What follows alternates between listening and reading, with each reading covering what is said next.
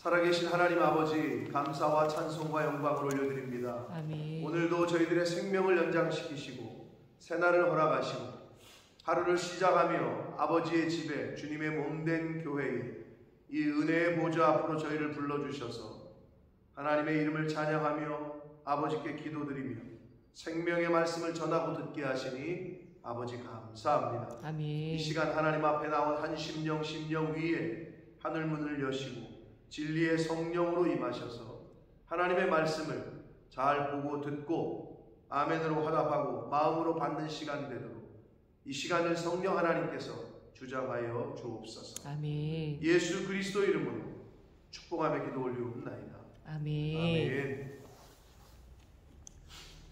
자, 창세기 49장입니다.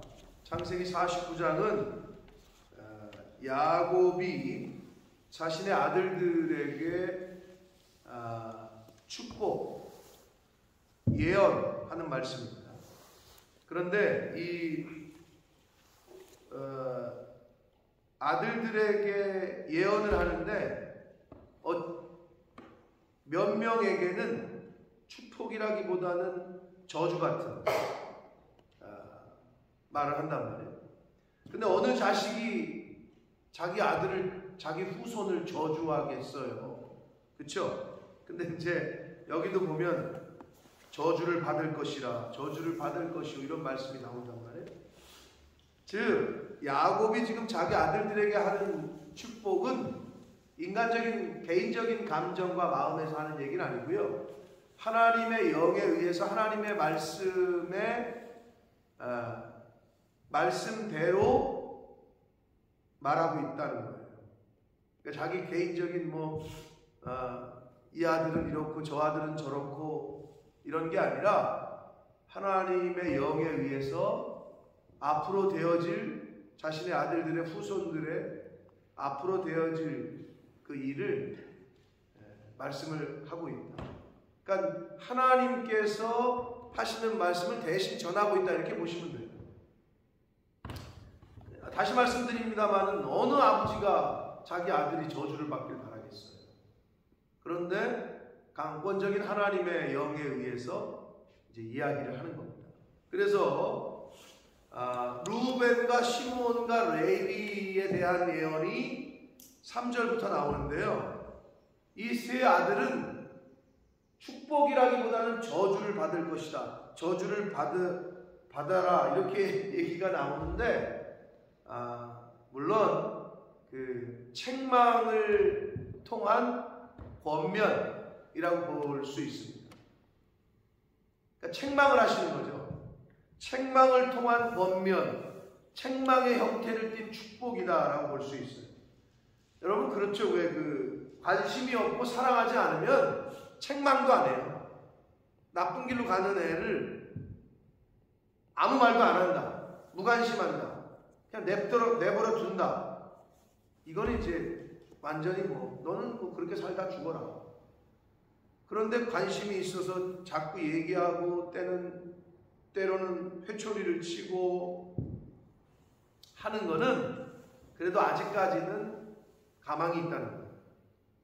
그러니까 하나님의 징계는 축복이라고 왜 얘기하냐면 징계를 받지 않는 아들은 진짜 아들이 아니다는 거죠. 사랑하기 때문에 징계한다는 거죠. 돌아오라고. 그래서 제가 어저께도 어떤 분들이랑 식사하면서 우리 큰아들이 주일날 교회 안 가고 축구하다가 십자인대가 뚝 끊어지는 거는, 십자인대 끊어지는 게 좋은 거예요, 나쁜 거예요, 수호야? 나쁜 겁니다. 근데 내가 축복이라고 그랬다, 복이라고. 아들이 십자인대가 끊어졌는데 복이라고 그랬어. 내가 미친 건가? 아니요. 근데 어떻게 했냐면 경기 시작하고 나서 누구랑 부딪힌 것도 아닌데 1분도 안 돼가지고 움직이다가 뚝 소리가 났대. 근데 그 끊어지는 그 순간에 내가 주일인데 교회를 가야 되는데 여기서 축구를 하다가 하나님이 나를 깨닫게 하시는구나, 이런 생각을 했대, 승혁이 형이.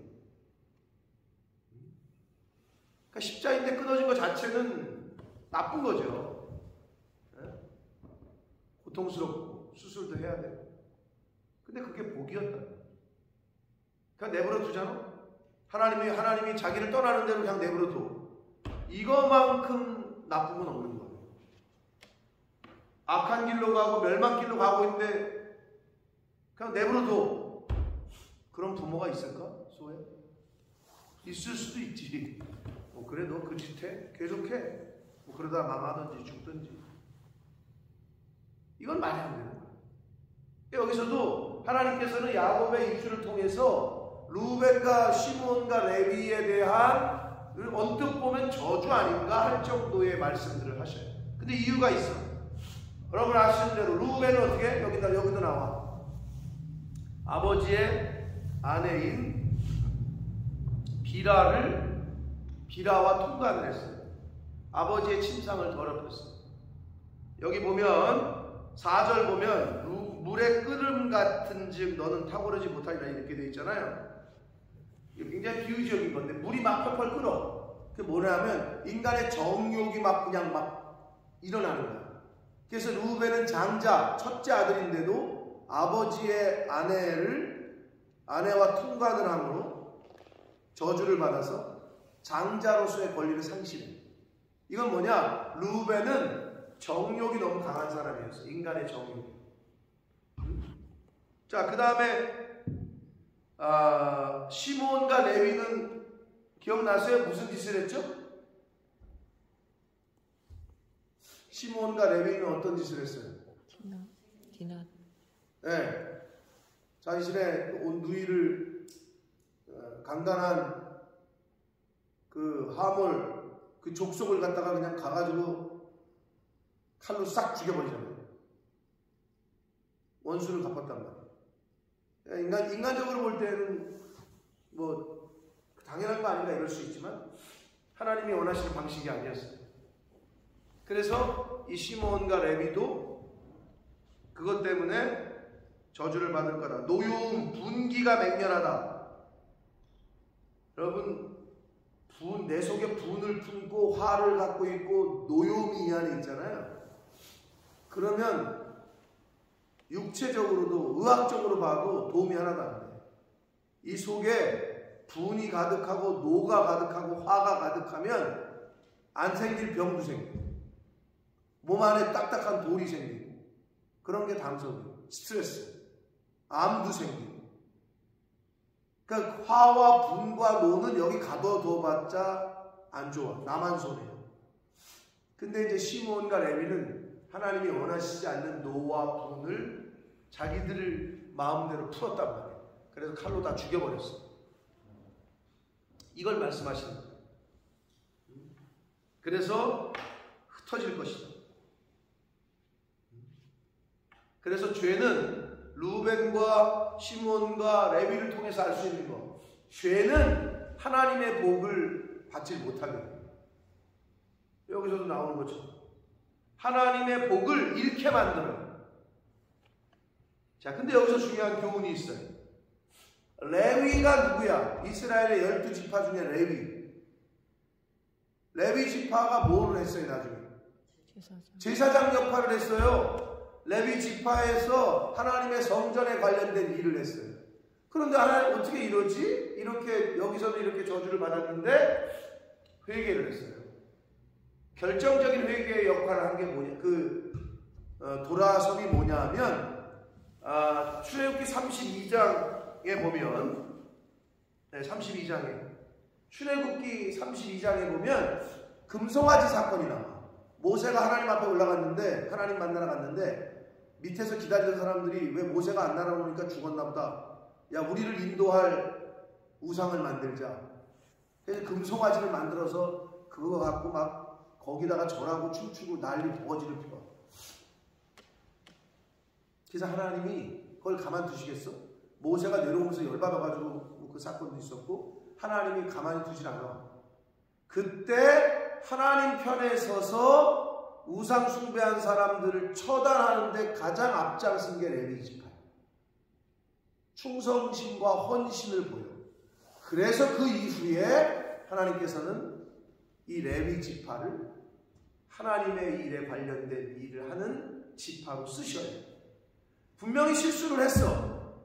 그런데 돌이켜서 금송아지 사건 때 하나님 편에 딱 서가지고 그 범죄한 자들을 다 처단한다. 그러니까 충성심과 헌신을 보였어요. 내가 회장이라도 그지 소야. 나한테 충성하는 사람을 쓰겠지, 그지? 네. 헌신하는 사람 제일 앞세울 거 아니야. 네. 측근에 둘 거 아니야. 똑같아. 레위 지파가 그랬어요. 그래서 나중에는 그렇게 회복이 돼. 그 지파가 중요한 교훈을 우리에게 줍니다. 자, 8절부터는요. 8절부터 12절까지는 유다 지파에 대한 예언이에요. 요셉보다도 긴 것 같아요. 요셉이 하나, 둘, 셋, 넷, 다섯, 6절이고, 아니 5절이고, 하나, 둘, 셋, 넷, 다 똑같네. 요셉과 함께 버금가게 유다에 대한 예언이 제일 긴데요. 유다는 너는 내 형제의 찬송이 될 거다. 8절에. 그리고 제일 중요한 거는 10절. 규가 유다를 떠나지 아니하며 통치자의 지팡이가 그 발 사이에서 떠나지 아니하기를, 이렇게 돼 있어요. 굉장히 은유적이고 비유라 잘 들으셔야 되는데, 실로가 오시기까지 이르리니 그에게 모든 백성이 복종할 거다. 자, 유다 지파에게, 그 후손에게 규가 유다를 떠나지 아니한다. 이 규는 개역 성경에서는 홀이라고도 번역이 되는데요. 이게 뭐냐면 통치권을 상징하는 막대기 같은 거야. 쉽게 얘기하면 수호가 박정희를 모른다 그랬지. 네. 박정희라는 사람 모르지. 모릅니다. 여러분은 다 기억하시죠? 영화 드라마 같은 거 보시고 TV에서 본 거. 박정희 하면 가장 특색 있는 게 뭐예요? 복장에서. 가장 특색 있는 게 뭐예요? 기억나는 게. 알렉산더 어머니, 박정희 씨 하면 가장 기억나는 게 복장에서 뭐예요? 네? 군인 옷. 아니, 군인 옷인데 항상 그리고 선글라스 끼고 있었잖아요. 항상 이 선글라스 항상 끼고 있고, 또 하나 말씀하신 쥐봉. 군인들은 별이지 별. 장군이 되면 대통령한테 하사받는 게 있어. 육군은 요만한 막대기 같은 거나 쥐봉 같은 거. 이거 손에 딱 들고 있다. 박정희 씨 보면 선글라스 끼고. 요 이 지팡이 요게 귀야. 로마 시대 영화 같은 걸 보면 황제가 뭐 갖고 있는 거 있어요. 이렇게 들고 있는 거. 그걸 말하는 거야. 통치권을 상징하는 지휘봉이지. 그리고 특이한 건 해군으로서 장군이 되잖아. 육군이 아니고 해군. 그러면 뭘 받는 줄 알아? 모릅니다. 소야? 잘 모르지? 네. 이순신 장군 알지? 네. 뭘 만들었다고? 거북선. 그건 알고 있지? 그럼 육군이야, 해군이야, 공군이야? 해군이지. 해군이지? 네. 그래서 해군들이 장군이 되잖아요. 그럼 칼을 받아. 이게 상징적으로. 제너럴, 장군이 됐을 때 대통령이 3 정도라고. 이걸 딱 준다고. 그러면 장군이 딱 이러고 받아. 칼을 찬다. 해군이 이순신 장군 때문에 칼. 그리고 육군은 이걸 받아. 공군은 제가 뭘 받는지 모르겠는데, 공군도 아마 그 막대기 같은 걸 받을 거예요. 쥐봉. 그런 이제 상징이거든요, 그게. 규가 바로 그런 거예요. 통치권을 상징하는, 뒤에도 나오죠. 통치자의 지팡이가 그 발 사이에서 떠나지 않는다는 얘기는 유다의 자손들 중에서 계속 왕이 나온다는 거야. 근데 특징은 실로가 오시기까지라고 돼 있어. 여기서의 실로는 첫 번째 의미는 다윗왕이 오시기까지라는 의미고, 두 번째는 메시아, 예수 그리스도가 오시기까지. 그래서 실제로 유다의 후손에서 예수 그리스도가 나오게 됩니다. 그런 의미가 되겠습니다. 그래서 그에게 모든 백성이 복종할 거다. 왜? 그의 후손들이 계속 왕이 된다. 이런 예언의 말씀입니다. 그리고 11절 12절은 포도주, 나귀 새끼를 포도주에 맨대. 여러분 상식적으로 생각해봐. 포도나무에다가 나귀를 매놓으면 나귀가 가만히 있어? 막 이리 가려고 땡기면 포도가 떨어지고 막 그럴 거 아니야.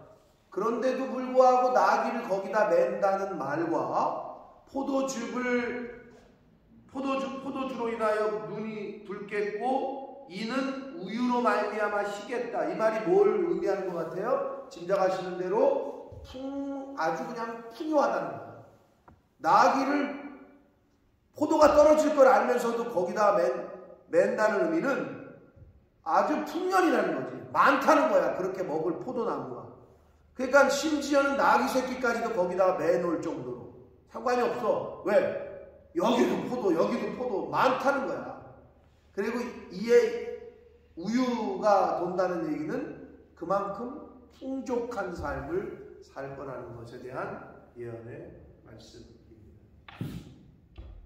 13절, 14절, 15절은 스불론, 이사갈에 대한 예언이에요. 이 지파는 별로 그렇게 중요하진 않는데 해변에 거주할 거고 이제 나중에 가나안 땅을 분배할 때 이 예언대로 그렇게 분배가 돼요. 그래서 그 시돈까지 경계가 있을 거고 이사갈은 양의 우리 사이에 꿇어앉은 건장한 나귀. 그는 쉴 곳을 보고 좋게 여기며 토지를 보고 아름답게 여기고 어깨를 내려 짐을 메고 앞지 아래서 섬길 거다.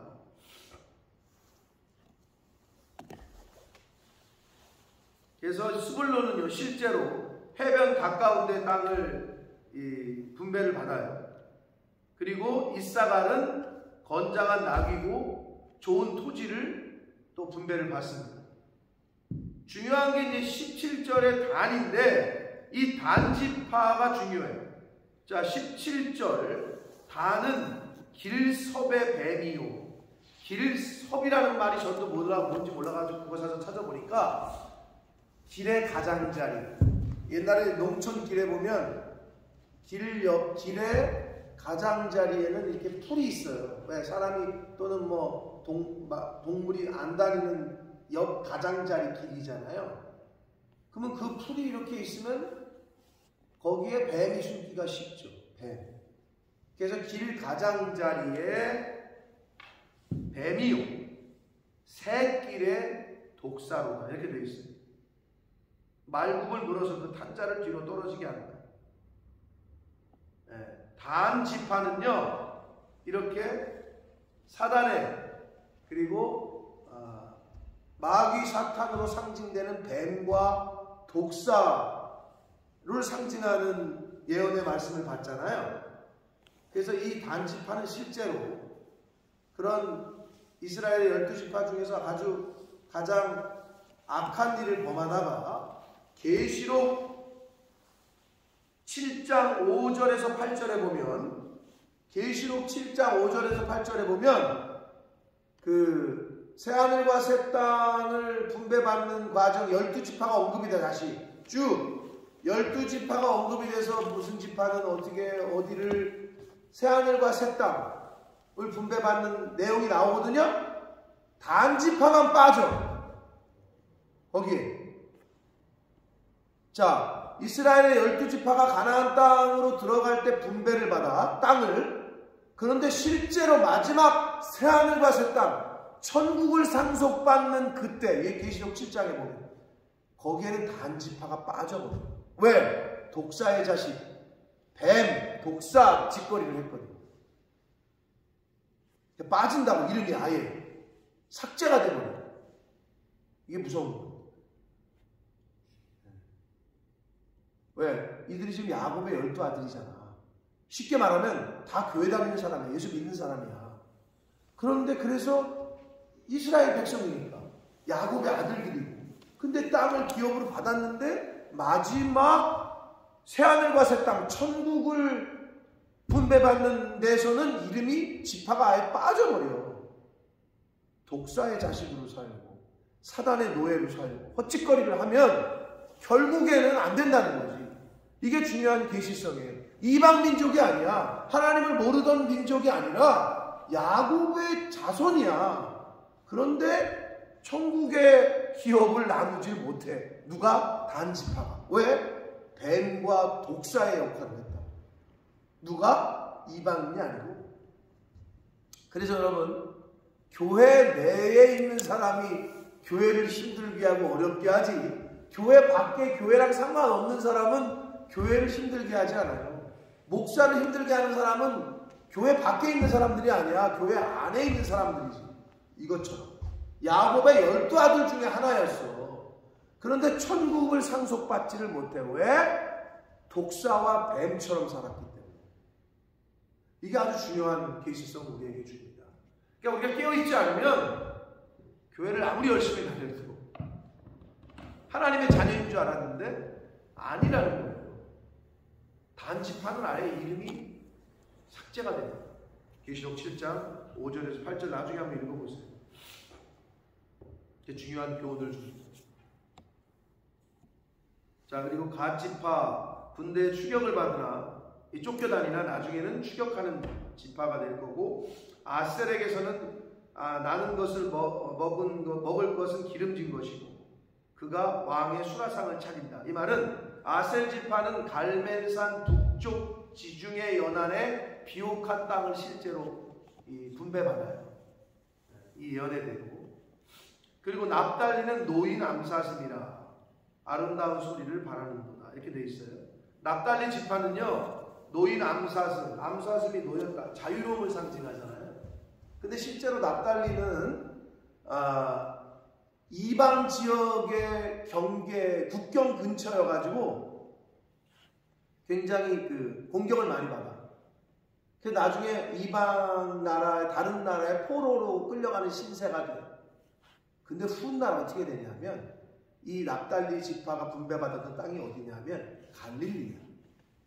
예수 그리스도 메시아가 오셔서 그 갈릴리에서 주로 활동하시잖아요. 이게 영적인 해석이죠. 그러니까 자유로워졌어요. 예수 그리스도께서 오셔서 자유를 선포하시는 지역이 납달리의 지역이야. 분배받았던 땅이야. 그곳이 갈릴리야. 노인 암사슴, 자유로움을, 영적인 해방을 뜻하는 상징의 말씀이 되겠습니다. 자, 그래서 오늘은 여기까지 말씀을 봅니다. 이제 내일은 요셉 지파를 중심으로 한 이제 얘기가 나옵니다. 사랑하는 성도 여러분, 야곱의 12아들은 훗날 이스라엘 전체, 오늘날 예수 믿는 사람 전체를 상징하는 거예요. 그래서 어떤 사람은 이 모양으로, 어떤 사람은 이 모양으로, 어떤 사람은 이 모양으로, 그렇게. 근데 오늘 말씀 중에서 유다 지파가 왜, 유다가 그렇게 장자도 아닌데 장자였던 루벤은 왜 그 고난을 상실했어요? 인간의 욕정 때문에 죄를 지고. 시므온과 레위 지파 자신의 그 분과 화를 사귀지 못하고. 그래서 네 번째 유다가 장자예요. 그래서 그 아들, 그 후손에게서 다윗 왕이 나오고 그 후손에게서 예수 그리스도가 나오고. 영적인 장자는 어떻게 보면 또 그렇고, 육체적으로는 요셉이 장자의 역할을 해서 우리가 지금까지 본 것처럼 자신의 가족들을 다 먹여 살리고 세우잖아요. 그리고 갓지파는 뱀같이, 독사같이 살아서, 죄송합니다, 단지파는 그렇게 살아서 훗날 계시록에서 이름이 아예 삭제가 됩니다.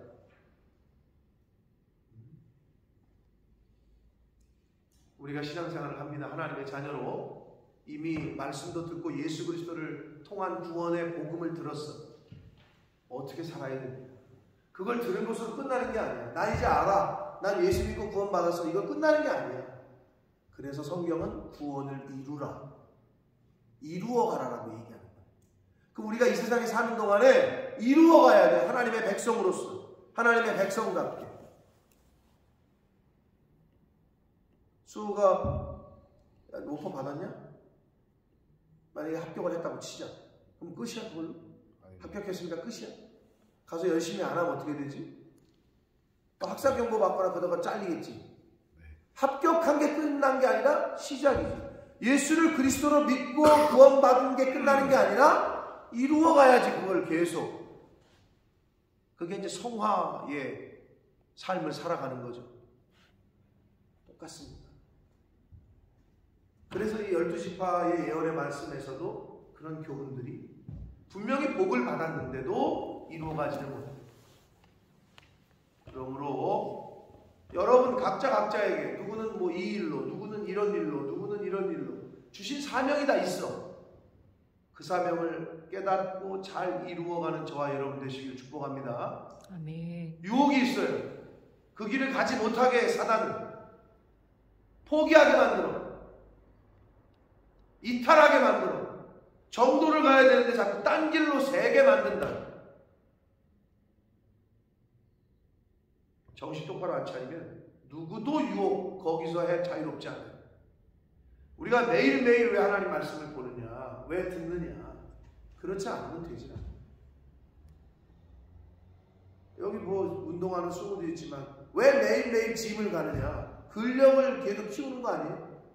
그러면 영적인 실력과 영적인 근력은 뭐냐? 하나님 말씀을 매일매일 보는 거예요. 매일매일 짐을 가서 운동하면 근력이 생기듯. 에브리데이 하나님의 말씀을 듣는 사람은 어떻게 이기냐? 쉽게 얘기해서 매일 학원 가고 매일 공부하는 사람을 수에 어떻게 이기겠어? 그치? 똑같은 거예요. 구원을 받은 자답게, 그 은혜를 알고 입은 자답게 구원을 이루어 가시는 저와 여러분 되시길 축복합니다. 네. 이루어가는 거예요. 마지막까지. 우리를 부르시는 그날까지. 예수 그리스도 이 땅에 오시겠다고 약속하시는 그날까지. 그 이루는 것도 이 세상에서만 가능해요. 죽은 다음에 누구를 도와줘? 죽은 다음에 무슨 봉사를 해?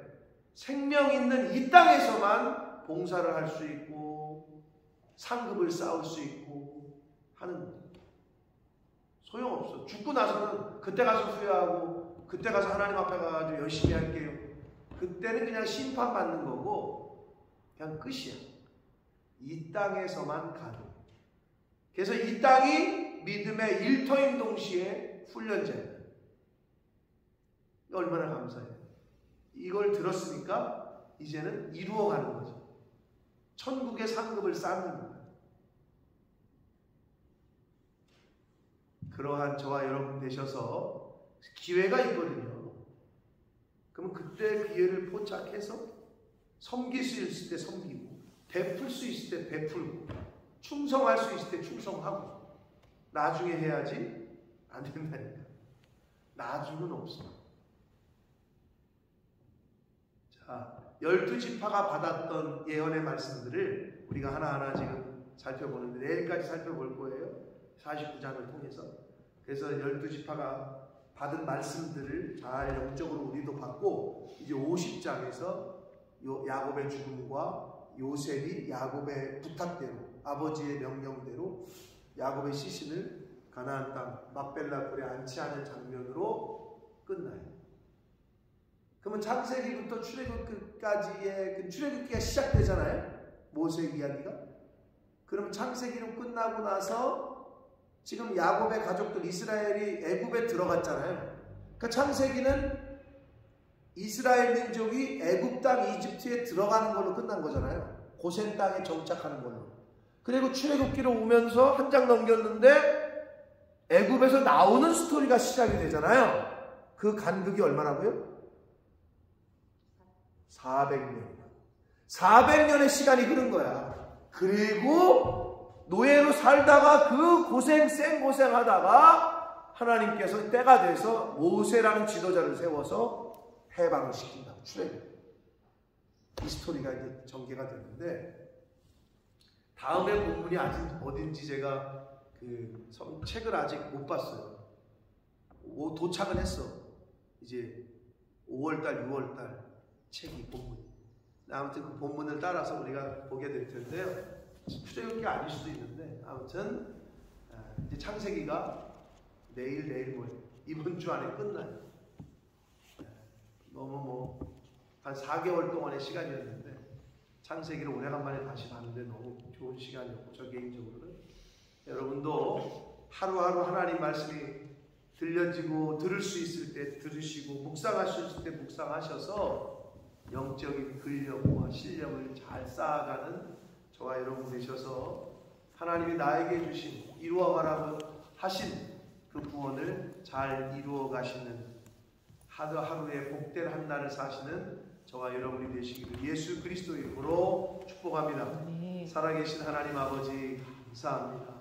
오늘도 생명 주시고 새날 주시고 아버지의 집에 주님의 몸된 교회에 이 은혜의 보좌 앞으로 저희를 불러주시고 인도해 주셔서 하나님의 말씀을 듣고 깨닫고 결심하고 묵상할 수 있는 복된 자리로 저희를 불러주셔서 감사합니다. 아멘. 아버지, 야곱의 12아들 이스라엘 민족이 되었고 예수 믿는 사람들의 상징인 이 12아들들, 그러나 어느 아들은 어떻게 되고 어느 아들은 어떻게 되고 이거를 말씀을 통해 봅니다. 예수 믿는 사람들이 교회 내에 많지만 그 중에서 어떤 이는 이렇게 어떤 이는 저렇게 자신들의 하나님께서 주신 은혜를 따라 구원을 이루어 갑니다. 아버지, 이때에 그 받은 은혜를 상실하지 않도록, 그 받은 복을 잃어버리지 않도록 죄와 구별되고 하나님 앞에서 신실하게, 거룩하게, 충성스럽게, 정직하게, 성실하게 나에게 주신 구원을 이루어가는 복된 하나님의 자녀들이 되도록 주님 은혜 내려 주옵소서. 아멘. 예수 그리스도 이름으로 축복하며 기도 올리옵나이다. 아멘. 아멘.